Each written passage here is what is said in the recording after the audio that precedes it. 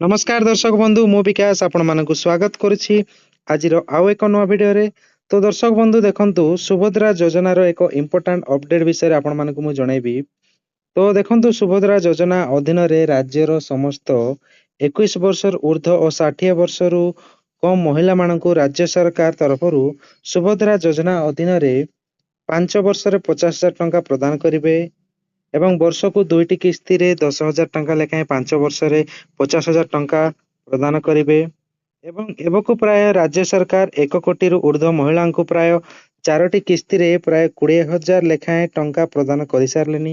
एवं राज्यर अनेक महिला जेमानकर जेहेतु 21 वर्ष हेई पारि नथिला तो सेमाने जेउ आवेदन करि पारि नथिले तो सेमानक पई बहुत सुवर्ण सुजोग जे तांको पई सुभद्रा योजना रे सुभद्रा पोर्टल टी ओपन करा जायछि एवं एई पोर्टल टी एप्रिल मास 1 तारिख रु आरंभ होईछि एवं एहार लास्ट डेट रहिछि 30 एप्रिल मात्र आउ 7 दिन समय रहिला एवं जेउ महिला मानकर वर्तमान सुधा 21 वर्ष पूरी जाइछि 1/4/2026 सुधा जे तांकर 21 वर्ष हेई जाइछि तो सेमाने वर्तमान सुभद्रा योजना आवेदन करि परिबे।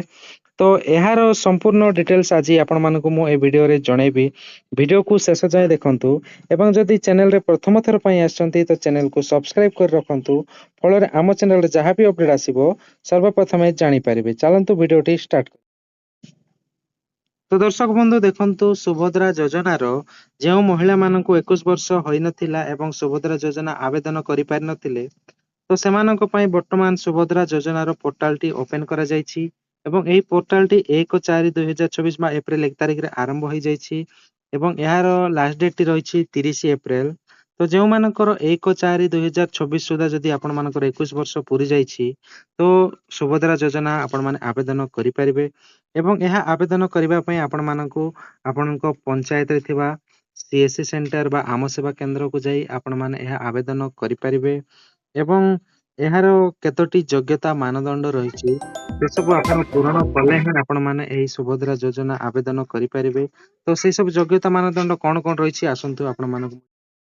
तो दर्शक बंधु देखंतु सुभद्रा योजनार केतोटी मानदंड रहिछि योग्यता मानदंड से विषय रे जानंतु आज जानिबा। तो प्रथमते देखंतु से जणे ओडिशा स्थायी बासिंदा हेतिबो तेबे आपण सुभद्रा आवेदन करि परिबे एवं द्वितीय देखंतु आपणकर एनएफएसए बा एसएफएसए रे रेशन कार्ड रे आपणकर ना थिबो जदि रेशन कार्ड रे ना नाइ तो आपणकर पारिवारिक आय 2,50,000 रु अधिक होई नथिबो तेबे सुभद्रा आवेदन करि परिबे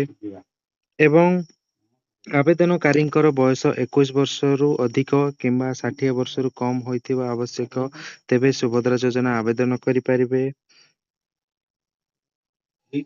एवं महिलांकर 1/4/2026 सुधा 21 वर्ष होइथिबा आवश्यक तेबे सुभद्रा योजना आवेदन करि परिबे एवं एही योजना आवेदन करिबा पई आपनको सुभद्रा रो नुआ फॉर्म टी दरकार पड़ी थाए सेही फॉर्म एवं आधार कार्ड टी दरकार पड़ी थाए फल सुभद्रा योजना आवेदन करि परिबे एवं यह आवेदन करिबा पई आपणको पंचायत रे थिबा आम सेवा केंद्र बा जनसेवा केंद्र रे मध्य आवेदन